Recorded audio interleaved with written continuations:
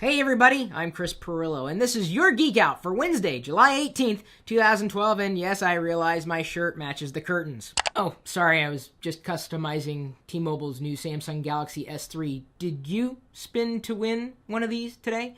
You got a chance. The link is in the video's description. And speaking of a link in the video's description, we also have a copy of my first week with T-Mobile's Samsung Galaxy S3. Not just my first week, but the first week of someone else on our Locker Gnome team who has been using the Samsung Galaxy S3. And it's definitely worth the read. One person's perspective may change your perspective on any device, any service out there. One of my favorite features, by the way, of the Samsung Galaxy S3 is how you take a screenshot. You take the side of your hand and you brush it across the screen. Did you see that and hear it? I just took a screenshot. kind of cool. I don't know. I just like that kind of thing. It's fun and functional. Mighty Text. Send text from your PC through your Android phone. Now, I know what you're thinking. You seem to be covering a lot about Android lately. Well, more and more people are using Android. It makes sense to cover. I mean, we are an equal opportunity information provider. Not just information, insight. We want to be able to help you, whatever platform you decide to use, whatever you decide to do with life. We just want to be there for you. And Mighty Text is a great conduit to allow you to better connect your Android life with a life that's connected on, let's say, other computers around you. I like having my text messages anywhere, not just on one device or another, but anywhere. Mighty Text may help. P.S. Waverly, the world's last seagoing paddle steamer. Technology's been around for a lot longer than we've had these pocket computers, I tell you that. And it's nice to know that some old technology still works. I mean, it's just a testament to good engineering. How to set up a video streaming system for less than $450. In fact, I challenge you to read our how-to guide and figure out a way to do it just as well for half as much. I bet you can't do it. Go ahead. I dare you. $450. It's relatively affordable if that's what you want to do.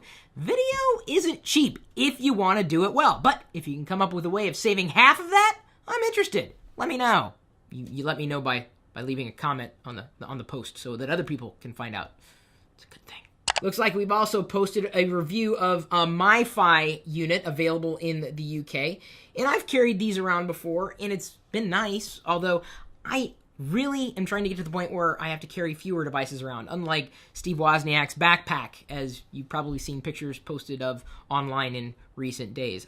I'm a slim and trim traveler, but I'm going to go with whatever connection I can go with that's going to give me the fastest speeds, especially when it comes to uploading. Remember when I talked about Wondershare's PDF editor a few weeks back? Well, guess what? We're giving away a few licenses. 3 for your Windows users and 3 for OS X users. And to qualify, well, all you have to do is take a look at the threads that I started on both Facebook and Google+. I teased it on Twitter, too, so don't say, I didn't follow you there. You can follow me everywhere because I'll let you know no matter how you're plugged into me. Which is kind of disgusting if you think about it. I mean, I would never want anybody directly plugged into me. But I posted a video review of the software and gave you details on how you might get a license for the software too. Yes, the links, of course, are in this video's description. Windows 8 will be available on October 26th, 2012. That will be a fun day for Geek Out. I'll probably be upgrading some of my PCs, maybe not all of them, to Windows 8. I'm kind of chomping at the bit. I don't think that it's going to be, let's say, something that people will be waiting outside stores like they did for Windows 95, and that was the last large Windows launch I can remember, and that was exciting. I remember those days fondly. Certainly, I think people are very excited for Windows 8. I'm excited about it. It'll be a good upgrade for people who are running Windows 7, and certainly should play well for those of you with fantastic touchscreen hardware. Those of you with mediocre touchscreen hardware may want to upgrade. I mean, upgrade the hardware, not the software. The hardware is really your bottleneck at that point if the touchscreen kind of sucks. Oh, snap! Apple must publish notice Samsung didn't copy the iPad in the UK. Oh, dude. So Apple basically has to put on their website, no, Samsung did not copy the iPad. So they're basically having to give advertising directly to Samsung in the UK. Ouch. I don't think that's going to stop Apple from doing what it's doing. I don't think it's going to stop Samsung from doing what it's doing.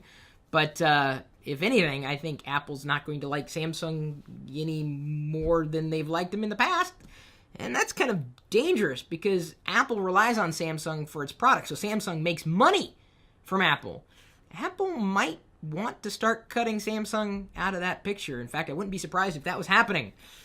Tread lightly when it comes to working with companies that have mutually assured destructions. Dell gives Linux laptops another chance. We've got a bold prediction from Eddie Ringel, one of our regular contributors on Locker Gnome. He believes that Linux is going to finally take off in 6 months.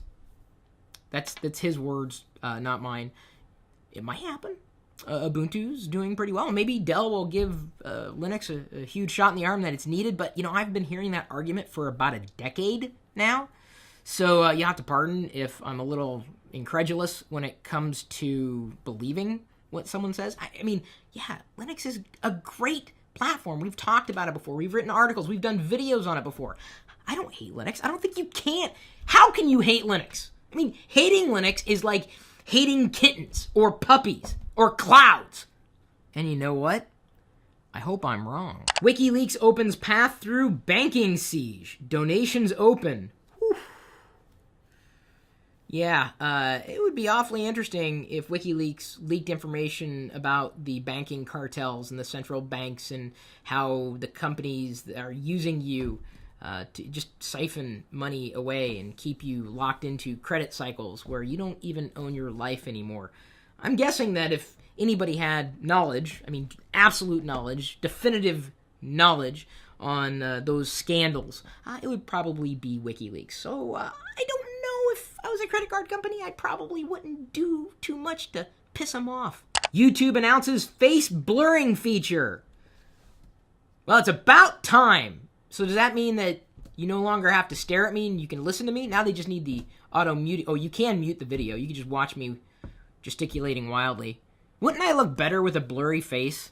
I bet you my videos would get more traction if my face was blurred out and no one knew what I looked like in real life. Of course, it's too late now, but yeah. They're actually doing it to protect anonymous protesters, specifically in countries that have very, very, very corrupt regimes that the citizens of those countries are trying to topple. Visually launches social network for data visualization. Oh, great. Just what we needed. Another infographic. Here's my infographic on the state of invisibility technology. On LockerGnome.net, DJ Scooby-Doo asks, how many devices do you have on the internet usually? All of them. Always. What is your favorite Twitter client? Asks Callum Lord. I think, and this just happened like a half hour before I started recording this video, TweetDeck for Google Chrome. They just updated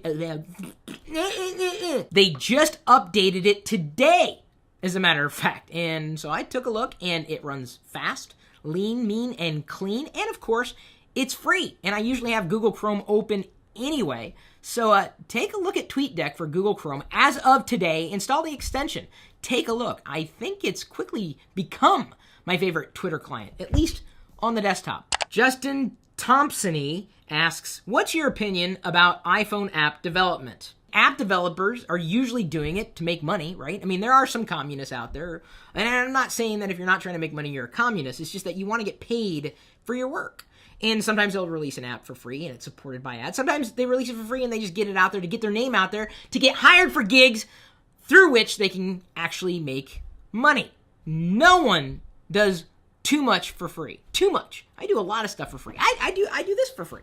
This is free. It's not really costing you anything. We offset a lot of our efforts, our free efforts to you, with sponsorship and advertising, and it works out well. And of course, there are some app developers who make money with their applications through selling the applications directly. And it seems that Apple, at least the iTunes App Store, or whatever Apple's calling their universe, is the place to be right now to make money with app development, so long as it's a good app and you can find an audience. Not to say that people don't spend money on Android apps, because they do. It's just been seen by many studies that most Android users just want to get everything for free.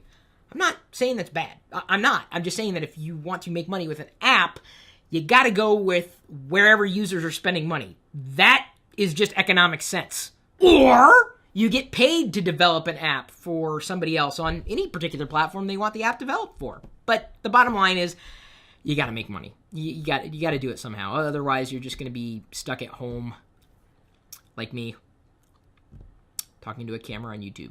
YouTube user, the Traveler327 writes, do you think Siri is really all that good for the money you pay for it?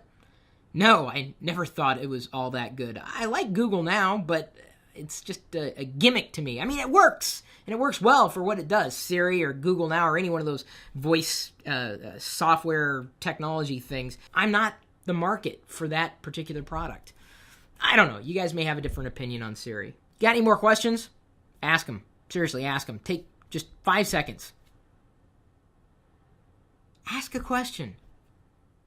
No, not in the description. You click links in the description. You ask the question in the comment little box. Looks kind of like that, only less fleshy. Oops, I think YouTube's running out of space. We'll see you later. I'm on a boat! I'm on a TweetDeck for Google Chrome. They just uploaded...